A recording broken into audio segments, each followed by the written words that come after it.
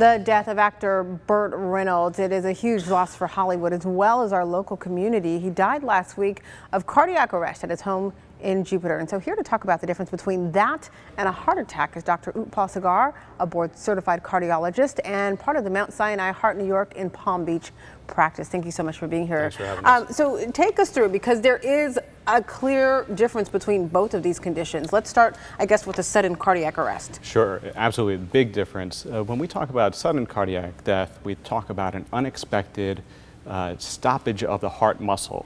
It doesn't contract and can often lead to death within a few seconds to minutes. Got it. And then a heart attack.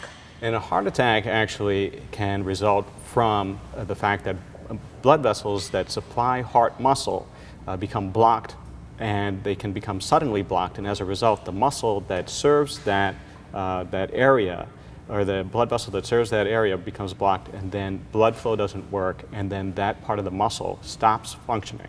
Real quickly, looking back at the graphic, our viewers just saw this on their screen at home. So a cardiac arrest, that's an electric problem, whereas a heart attack is more of a circulation problem? Absolutely. You know, we talk about this happening quite a bit.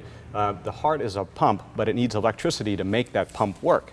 And as a result, whenever a sudden cardiac death happens, it's usually an electrical event where there's a fatal arrhythmia that occurs and causes the heart to work inefficiently and pump ineffectively and cannot allow blood and oxygen and nutrients to be sent around the body. Got it. Now, explain this. Most heart attacks don't lead to cardiac arrest, but when cardiac arrest occurs, a heart attack is a common cause. Absolutely. It's the #1 thing we have to think of. When a patient's heart stops suddenly and unexpectedly, we have to think that this is the reason that the heart has stopped. It's because they have had either a massive heart attack or there's a problem with a blocked blood vessel somewhere.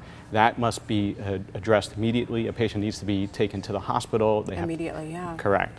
In both of these conditions, who is more prone? Is there a group? You know, when we look at all these patients, usually it's those patients who have multiple risk factors for heart disease. So if you have diabetes, high blood pressure, cholesterol, if you're overweight, smoking, or have a genetic predisposition, that means a lot of family members with heart disease, those are patients that need to be taken seriously as having multiple risk factors for heart. All those indicators are telling. In either case, though, you've got to seek care right away. Absolutely.